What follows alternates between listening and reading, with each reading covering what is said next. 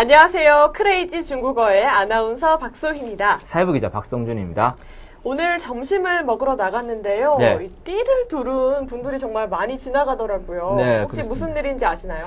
띠를 두른 게 많은 일이 있어요. 요새는 지금 맞습니다. 정교조도 있을 수 있고, 그렇죠. 그렇네요. 그리고 지금 같은 경우는 이제 뭐 임금 협상 이런 것들 때문에 있을 수 있겠네요. 맞습니다. 네. 아마 빨간 띠를 두르고 이제 우리 근처에 신문사가 참 많잖아요. 네, 그렇죠. 그래서 이제 그곳이 이제 이제 노조를 하는 것 같은데요. 네.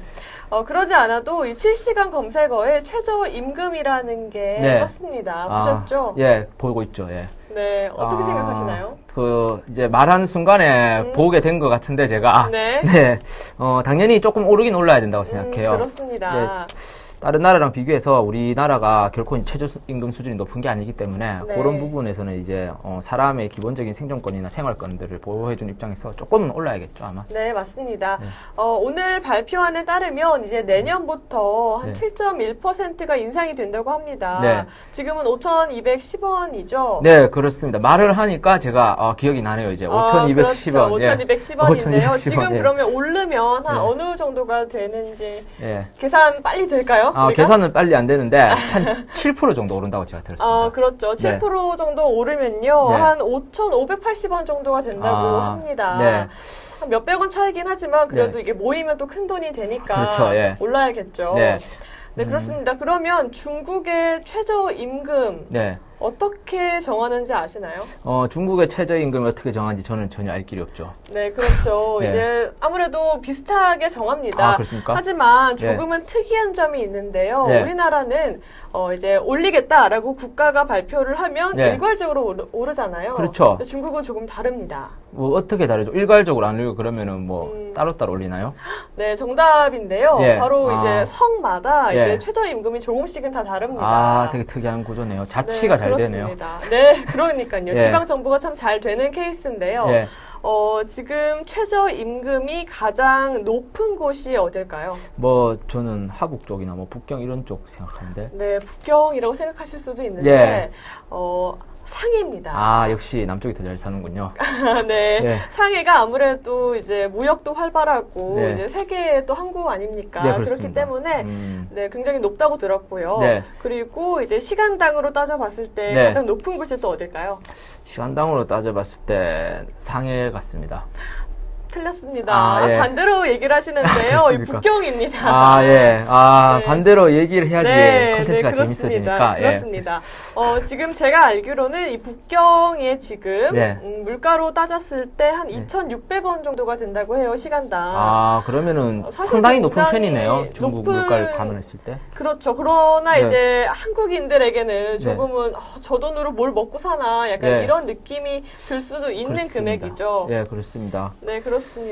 그런데 제가 지금 이 자료를 좀 보니까 재밌는 게 이제 중국에서도 연봉 차이가 나더라고요, 직종별로. 그런가요? 그거는 어느 나라나 마찬가지겠지만 그렇죠. 우리나라랑 좀 비슷하다고 보여져요. 그러니까 예를 들면요. 제일 높은 연봉을 받는 업종이 지금 금융업으로 나오거든요. 역시 그렇군요. 우리나라도 그렇죠. 우리나라도 사실 금융이나 기술 쪽이 되게 높은데 맞습니다. 중국도 마찬가지로 되는데 평균 연봉이 이제 20만 6,110위안으로 나오거든요. 그렇게 되면 우리나라 돈으로는 대략 한 어느 정도가 될까요? 우리나라 돈으로는 약 이제 3,400만 원 정도가 되는데요. 우리나라에서 사실 이게 작은 돈이 아니잖아요. 그렇죠. 그러니까 중국으로 치면은 이제 엄청나게 많은 고연봉이 되는 거죠. 그렇네요. 나머지 뒤에 2, 3위 같은 경우도 보면은 컴퓨터 소프트웨어나 아니면은 과학연구기술직 이런 것들이 이제 역시 뒤를 연구직이 또 많이 받는 걸로 이제 나와 그렇습니다. 있네요. 기자랑 아나운서는 어떨런지 참 궁금해요. 우리가 그걸 알기 전에 연구를 하러 그냥 떠납시다. 네, 그것도 괜찮은 것 같습니다. 이제 글로벌 인재가 돼가지고 가는 것도 좋을 것 같아요. 그렇습니다. 그러면 오늘은 한번 좀 짧은 최저임금과 관련된 중국어 표현 한번 배워볼까 하는데 어떠신가요? 알겠습니다. 그러면 최저임금이라는 걸 뭐라고 하는지 아시나요? 최저임금이 뭔지 모르겠어요. 최저가 쭈이디라고 합니다. 쭈이디. 그건 한자 그대로인 것 같은데. 네, 최저죠. 그리고 임금이 꽁즈 이렇게 얘기를 합니다. 네, 쭈이디 공즈가 이제 최저임금이거든요. 그렇습니다. 따라할까요, 제가? 알겠습니다. 따라하겠습니다. 쭈이디 공즈. 네, 아주 잘하셨고요. 그러면 이제 최저임금에 의지를 해서 생활을 한다 정도만 한번 배워보도록 하겠습니다. 카오.